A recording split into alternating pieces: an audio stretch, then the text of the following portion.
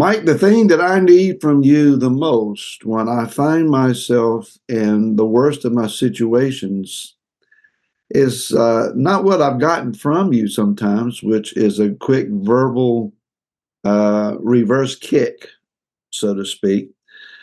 Sometimes what we need are two commodities we seem to be pretty low in supply on, and that's compassion and mercy. And I'm thinking Is that about, why you don't call me often? Because you know that I'm not going to give you that? yeah, I only call when I've got good padding on.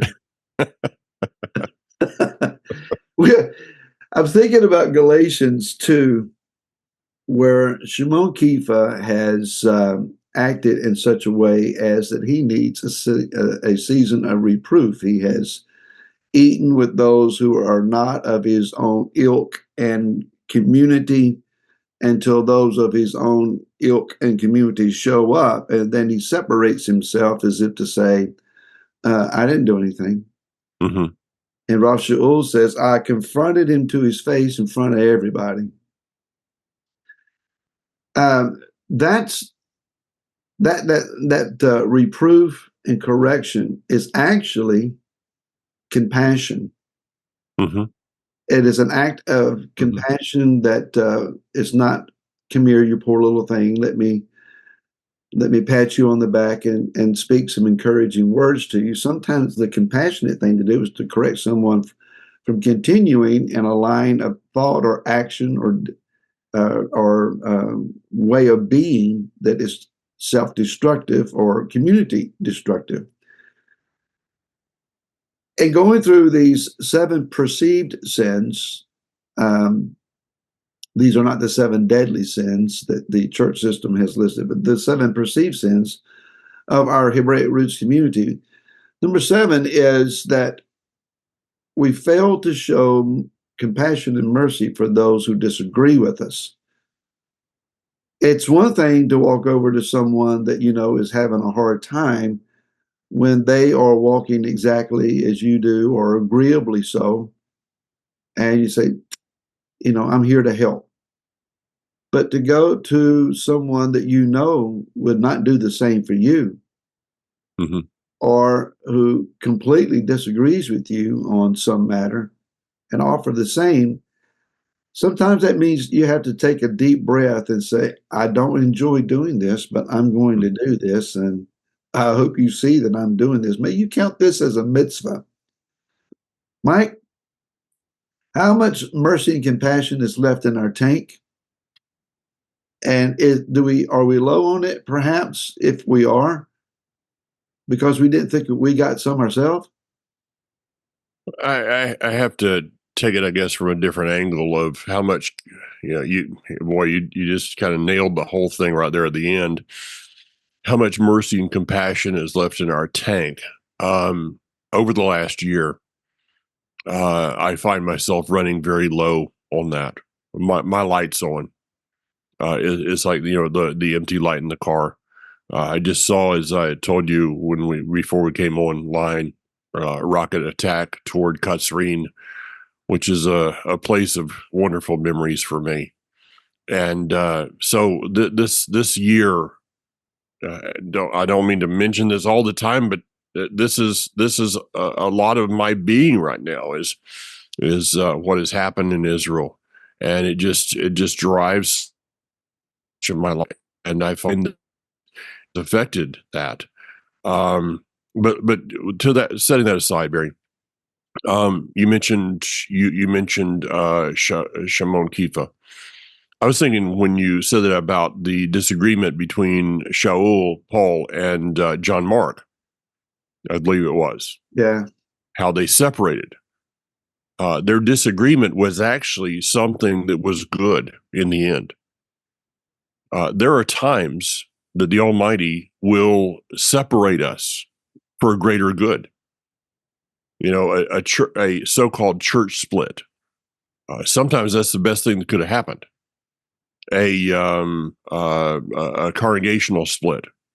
Sometimes those things need to happen. We see in the book of Acts that the Almighty's mathematics are not quite like ours. Mm-hmm. Is that, first of all, he began to subtract before he could then add, before he could then multiply. There's people that you disagree with that you need to get them out. They need to be out of your life because they're poison. A person that is spewing poison at you shouldn't be allowed to. You shouldn't allow them to continue with that. Right. And you may go to them in compassion. Yes, and I totally agree with you. That statement there. Compassion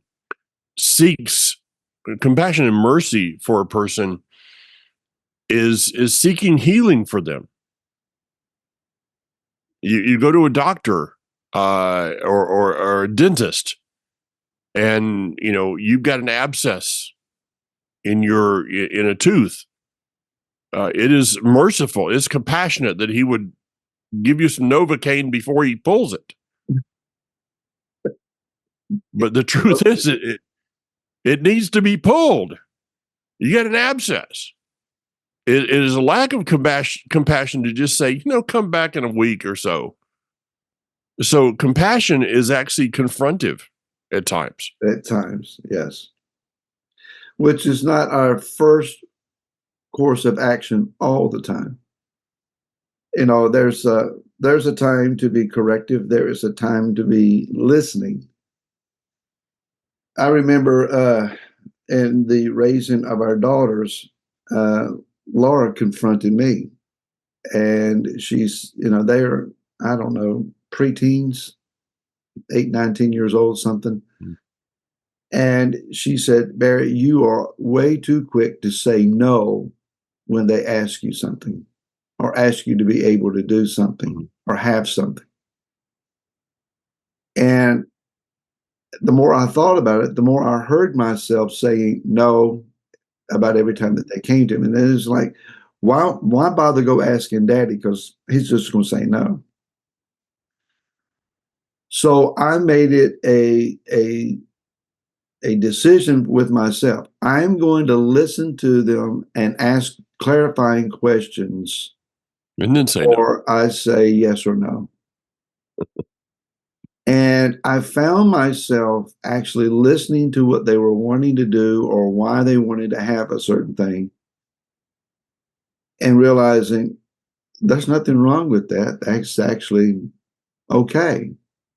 And I think the first few times that I said yes, they might have been shocked. Like, did Daddy get saved? I mean, what's going on here? And I remember that there was an occasion, they were teens. They had a group of teen friends, girls over.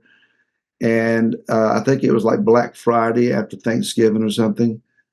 And they wanted to drive over to Williamsburg, which is 20, 25 minutes away, to go to the outlet malls over there. And I think they were shocked when I said, what time will you be back? Who's driving? Do you have a phone? I mean, we want to make sure that they were safe. And I think, if I'm not mistaken, Laura's mom was here at the time, and she was, tell them no, they can't go. Tell them that they can't go. I said, go have a good time. Yeah. So, I mean, there's so many people there, they never got into the place, but, at least they had the opportunity to hang out in the car. Yeah. Yeah. They could say they went. They could say they went. So we need to listen to people and understand where they're at before we make a judgment call on why they are where they're at. That's basically what I'm saying. Yeah, and this thing about disagreement, we're going to disagree. Only a doormat does not disagree with someone at some point. If you have morals, if you have standards, if you have conviction, those are things that are going to produce disagreements. Right. If you put, Mr. Rogers in a room with Mr. Milquetoast, you're not going to have much of a disagreement, but on the other hand, you're not going to get anything done. It's just going to be this little gooey whatever that's, I don't even want to go there. So we're going to have disagreements with people. We have to in the disagreement figure out is this a hill worth dying on? A pastor friend of mine years ago used to say that all. He says when he had people in his church that would come to him with disagreements and with different issues, he would ask himself, is this a hill worth dying on? So is this a hill worth losing my relationship, our relationship over? And in the end, the answer may be yes. And so I was thinking about, as I was reading this morning again, I think this kind of idioms can become really meaningless because somebody comes up with an idiom and they're like, oh, that sounds good. And then you start using it over and over again. And it doesn't have much meaning to it when you really think about it. Most idioms people have not thought through, is what I'm trying to say. We're going to just have to agree to disagree. That statement doesn't have much meaning to me. We're going to agree to disagree. What does that really mean in the end? It means we still have the disagreement. It means that we're not willing to put the effort out to come to a place of understanding each other. We're just kind of putting a pause on it of, well, I'm tired of arguing over this. And so we're just going to allow it to continue to fester in our relationship until it just destroys our relationship, instead of let's figure out a way to come to a place of, I want to understand why you disagree with me. And I want you to understand why I disagree with you, because we're both coming into this not thinking we're right, but knowing we're right. You don't argue over something you don't know you're right in, or at least not, sane people don't do that. Right. You know you're right over something. And so it's difficult to work this thing out, but that's what we're called to do, is work out relationships. So it comes down to, I think, an important part of, do you want what is true or do you want to be proven right? Mm-hmm. If my only goal is to be proven right in my point of view, I'm never really going to be listening to what the opposite point of view is offering. And when I only see someone as being wrong in their point of view, that takes my compassion and mercy and sets them on the shelf, because I don't want to waste compassion and mercy on someone who insists on being wrong. Yeah.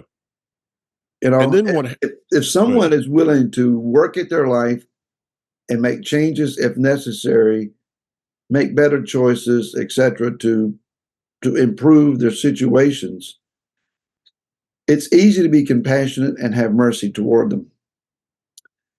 When someone insists on going on with their train wreck and asking for someone to put them back on the rails on a consistent basis, we tend to shelve our compassion and mercy and say, you need to make better choices because nothing's going to change until you do. Yeah. And I'm not here to bail water out of your sinking boat all the time. It's what Udi taught me years ago. I've used this verse so many times, of how can two walk together unless they have a common destination? Okay. It's not that we agree in everything in the walk, but we keep our mind on the common destination. I mean, I was thinking about this. I don't know why anybody in their right mind would ever play tailor-made clubs. I don't know why anybody would use a colored golf ball either, but that's besides the point. Because that's the best thing to do. Okay. I mean, really, it's easier to see. I mean, you just, I don't know why you can't see things the way that I do. And, buy good golf clubs like I use. And why? No, we have, when we play golf together, you use a different ball, even though it's the wrong one, than I do. You use different clubs, even though it's absolutely ridiculous that somebody would use those clubs and actually think that they're a decent golfer while using them.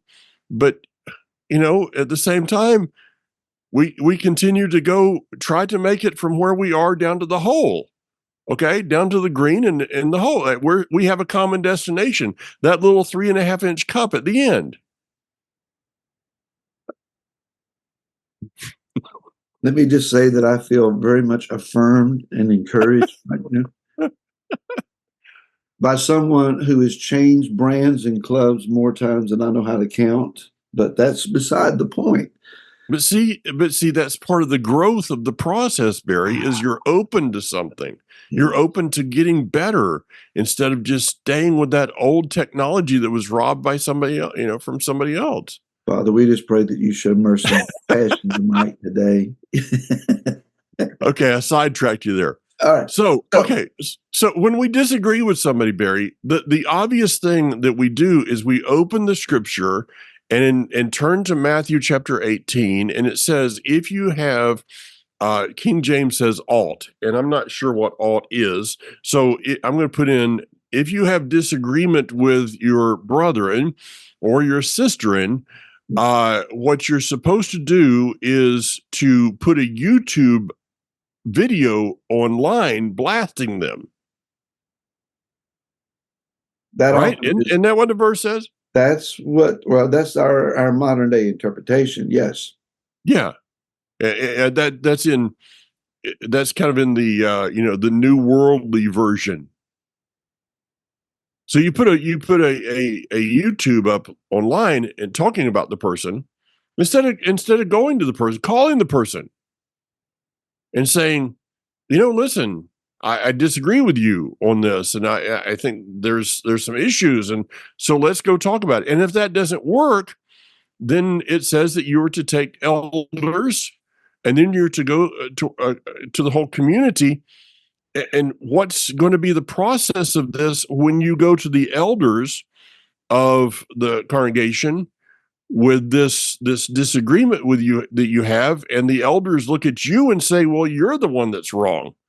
But wait a minute, that didn't go like I wanted it to. Someone pointed out to me years ago, Mike, that be careful about starting that Matthew 18 process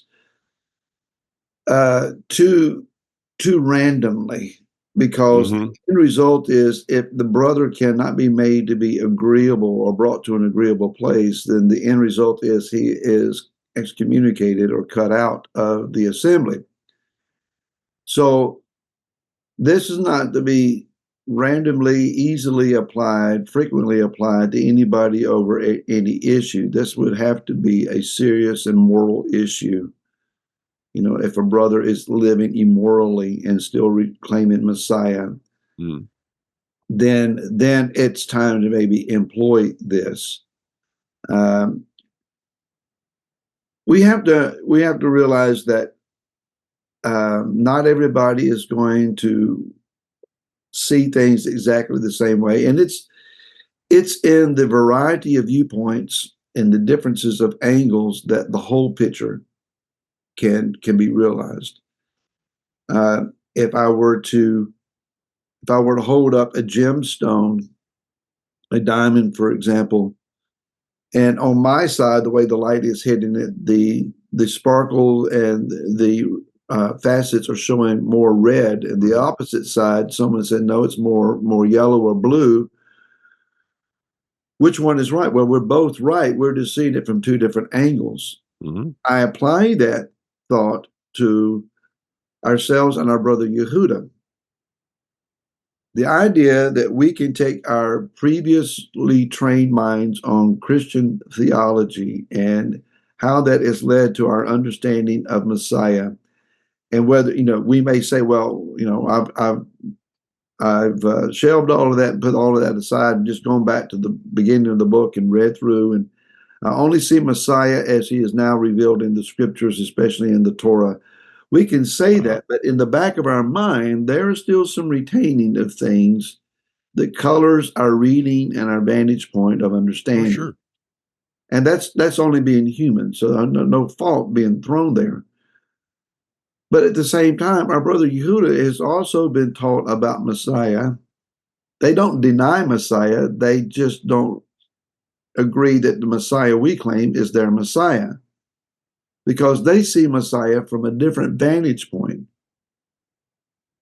Neither side is going to have the whole picture of who he is until we can have the conversations that are open and honest enough to see where the common grounds are.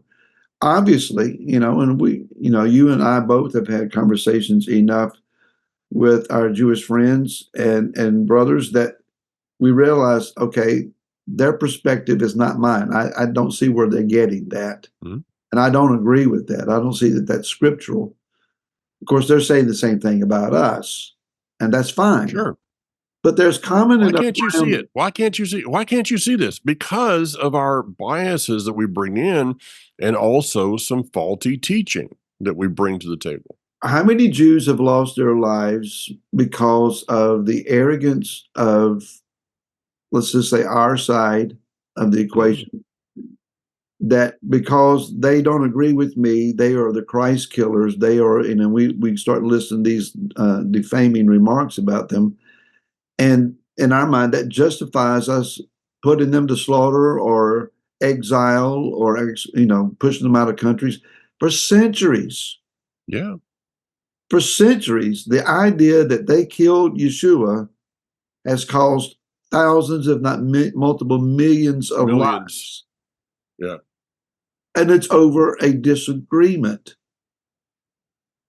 How foolish that is. Can you imagine someone standing before Messiah on that day and trying to justify their rage and murdering because of a disagreement? It's not going to be good. Yeah, we go back to it that the Nazi soldiers, when asked why they were committing such atrocities, they said they were just following the teaching of the church. Martin Luther in particular. Exactly, which is true, that they were following the teachings of the church in that day. So, working out these things is where we begin to make progress. Understand that we're all, you talk about the different facets in the tabernacle teaching. I've added a teaching lately that and really hadn't thought about, is I have on the table of showbread, I have pita bread. You can go out and buy 1,000 packs of pita bread, and not all of them will be the same. None of them. They will all, each piece of, how do you get 1,000 pieces of pita bread baked and none of them are the same? Right. So we're different. We're different in how we look at things. You talk about our brother Yehuda. We typically, we're talking about Messiah. It's the same word, but are we talking about Mashiach ben Yosef or Mashiach ben David? Very important clarification. Most Christians, and I dare say many, if not most, Hebraic roots, Messianic kind of people today could not explain the concept of Mashiach ben Yosef and Mashiach ben David. Oh, they can say, well, when he comes back, we're just going to ask him if it's his first or second trip. How ridiculous is that of an idiom that is not going to bring forth any revelation to either person? It's just a lazy way of walking away from the issue at hand. So that's between us and our Jewish family. And yes, we consider them brothers and family because spiritually and scripturally we are.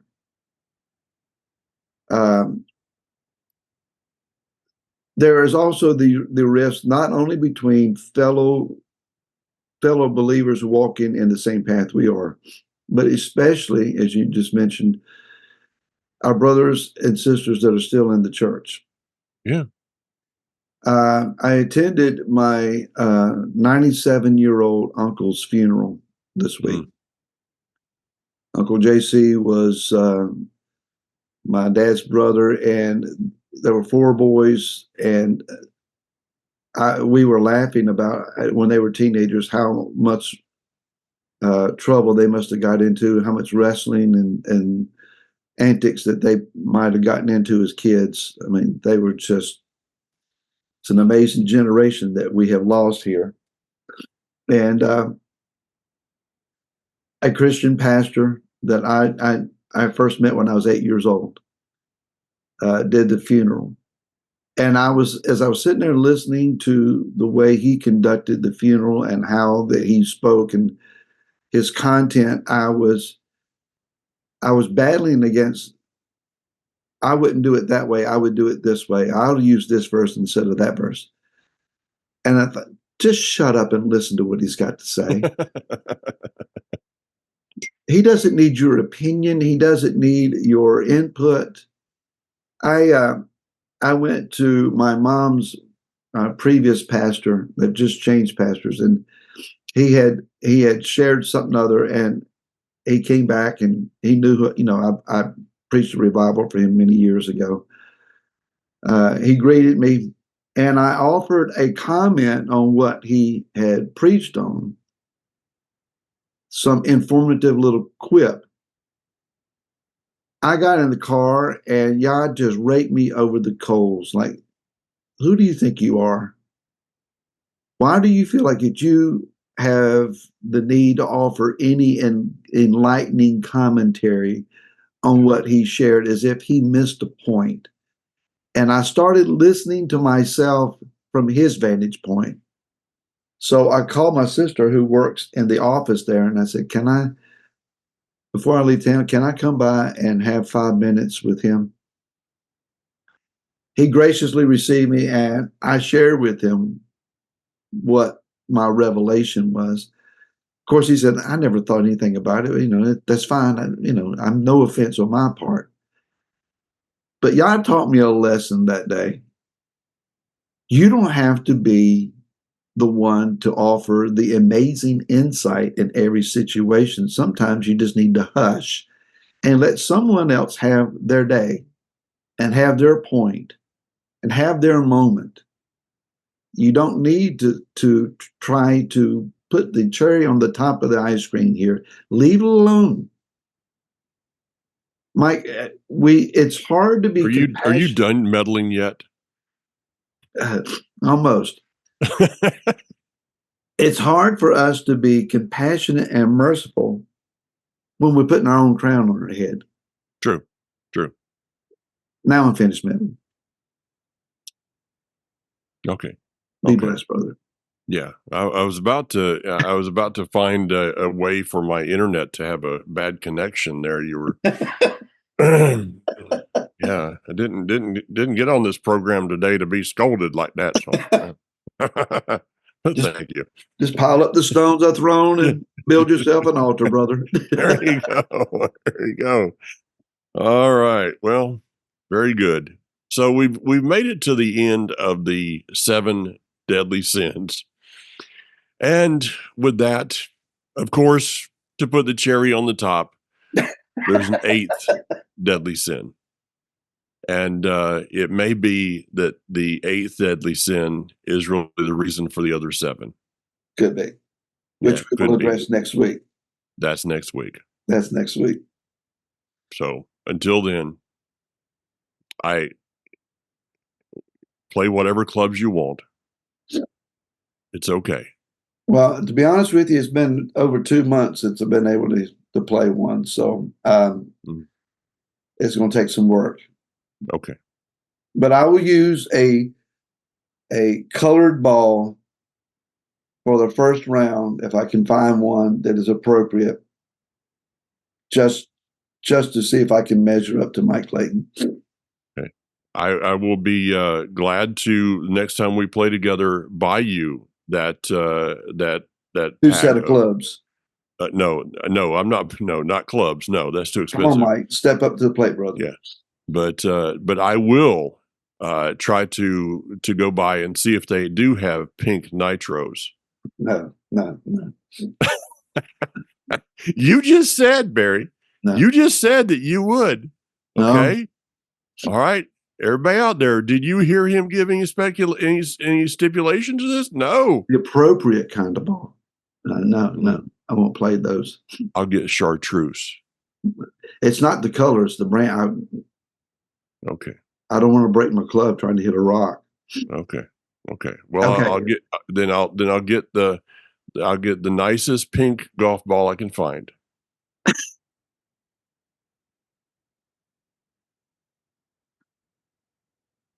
Bye, Barry. I got a magic marker. I can color. Okay. Until next week, folks, pray for Mike. He needs a lot of it, and show him some compassion and mercy. Yes. And we appreciate you watching and sharing on your social media, encouraging your friends to watch. Pray for Mike, and we'll see you again next week. Then shalom, y'all. Shalom. Shalom, Mike.